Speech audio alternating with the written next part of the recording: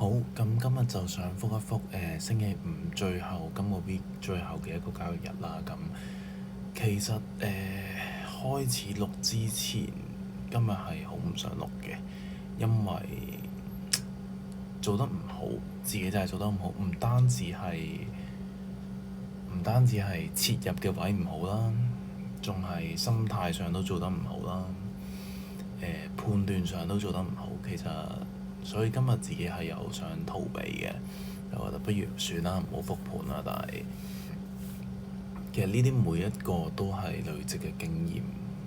都希望自己真係可以從中吸收到教訓，因為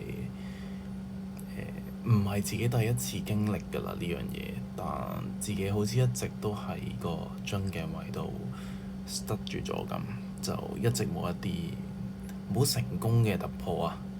有都多嘅假突破，但係未成功突破到上去，咁呢個都係自己心態上要調整嘅問題。希望通過復盤啦，自己錄翻自己講嘅，咁希望會有另一個改進咯。咁好，咁用大圖去睇，其實都好清晰。市場出咗一段下跌嘅波段嘅，咁呢一段下跌嘅波段呢，係穿咗呢一個上升嘅結構位嚟嘅，同埋呢段都係清晰嘅下跌啦。自己當時嘅第一下諗法呢，係傾向上向下做嘅，但係首先我想講我咁樣講絕對唔係想責怪雲哥，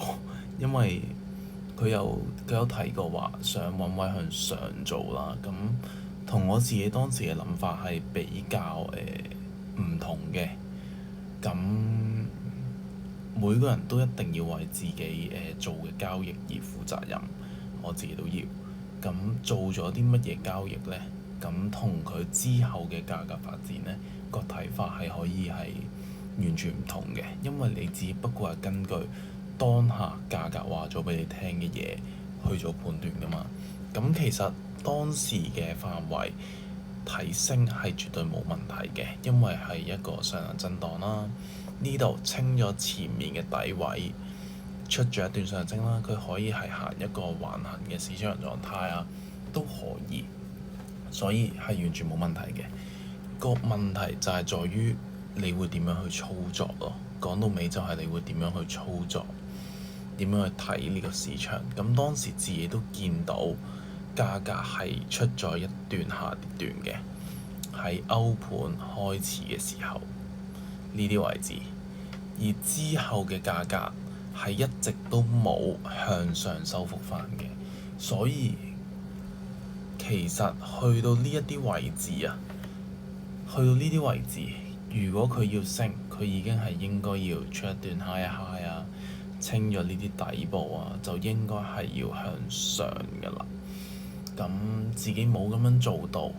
係咁自己反而係喺邊一度向上做呢？我係第一格，我係拎咗呢一啲位置嘅，我係喺呢啲位置，我想向上做，我想向上打，因為自己見到嘅係乜嘢呢？自己見到嘅係有平底啦，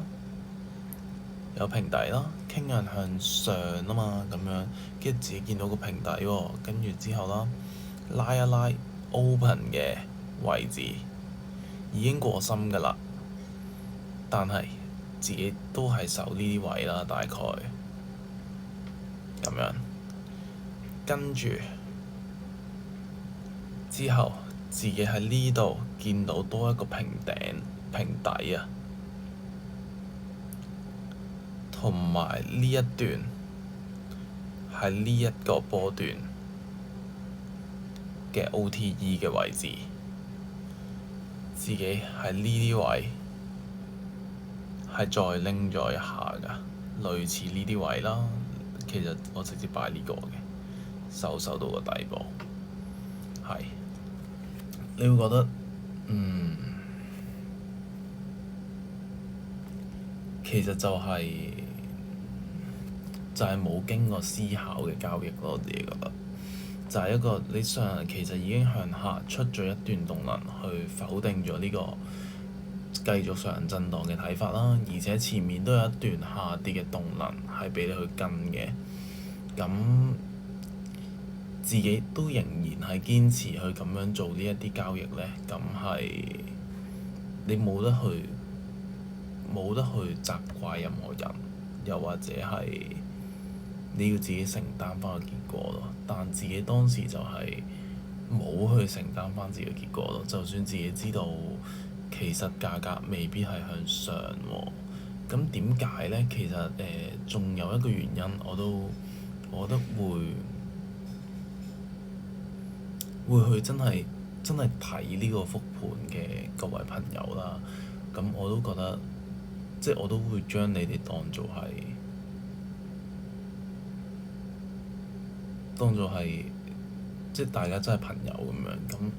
我都唔介意去分享一下。咁係嗰時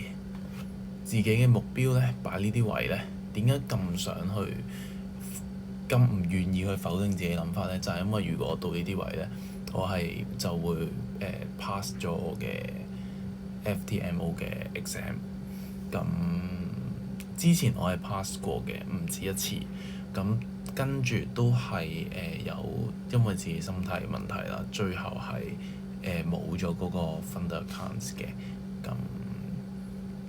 尤其是臨到一啲就嚟達成目標嘅位置，個人呢就會更加心急啊，更加想一下就去到咁樣，好似了無牽掛咁樣，跟住可以開始自己嘅下一步。自己呢一啲諗法呢，係你可能佢係10% 係 pass 啊嘛，第一階段啦，頭6至7%你係唔會有呢啲咁嘅諗法嘅，係去到可能第8、9、10，即係你發現原來呢一個到位就可以達成到一啲你想做到嘅嘢嘅時候，你有一個期待喺度啊。當你有一個期待呢，你就越唔想去接受，你會失望呢樣嘢。咁你點樣可以唔接受你會失望啊？就係冇輸到咯。所以我嗰時即係令到你個希望仲繼續逗留住啊嘛，直到你嘅 loss 已經係 over 咗你可以接受嘅範圍。咁即係我當時見到價格呢度震盪咗，然之後向下嘅時候呢，我係冇接受呢一個止蝕嘅。而呢一個係交易者最大嘅問題啦。我係將呢個止蝕係將佢嘅範圍係擴大咗嘅，令到我最後輸嘅係更加多，亦都係更加無謂嘅。所有嘢都係呢個都係自己心理上嘅問題，因為技術上嘅可以精進嘅，當然係可以精進啦。即係你由每一個 time frame 啊，你由對市場狀態嘅了解啊、動能嘅了解啊，你都係可以進步嘅。但講到尾交易上，如果你心態唔可以好好控制嘅自己嘅情緒，你認識自己係心急緊喎，你知道自己係急躁啦，你知道自己係貪婪緊，又或者你知道你入呢一槍你係想達成一啲目標啊，而唔係交易好簡單一槍交易會俾到你嘅嘢，而係有意去賦予咗其他嘢嘅時候呢，其實呢個時候就真係要小心啦，因為好容易就係會令到你滅亡嘅位咯。呢樣都係我自己struggle 緊，同埋我希望可以打破嘅一個輪迴啊。因為呢樣嘢係喺我交易生涯重複咗唔止幾次，而自己好似明知道係自己呢一方面就係自己塞住咗嘅位，但係自己好似衝破唔到咁。咁係啦，其實今日復盤好簡單嘅啫，就係自己睇錯咗方向咯，就係自己睇錯咗方向。其實冇乜咁特別，亦都冇乜咁大不了。雖然係可惜啊，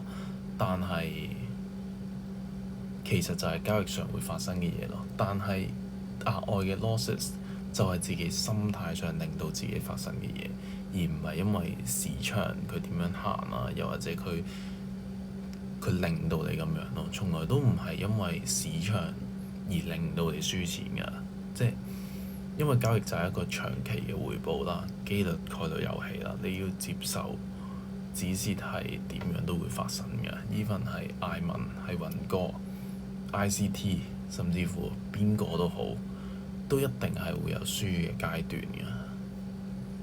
但係好，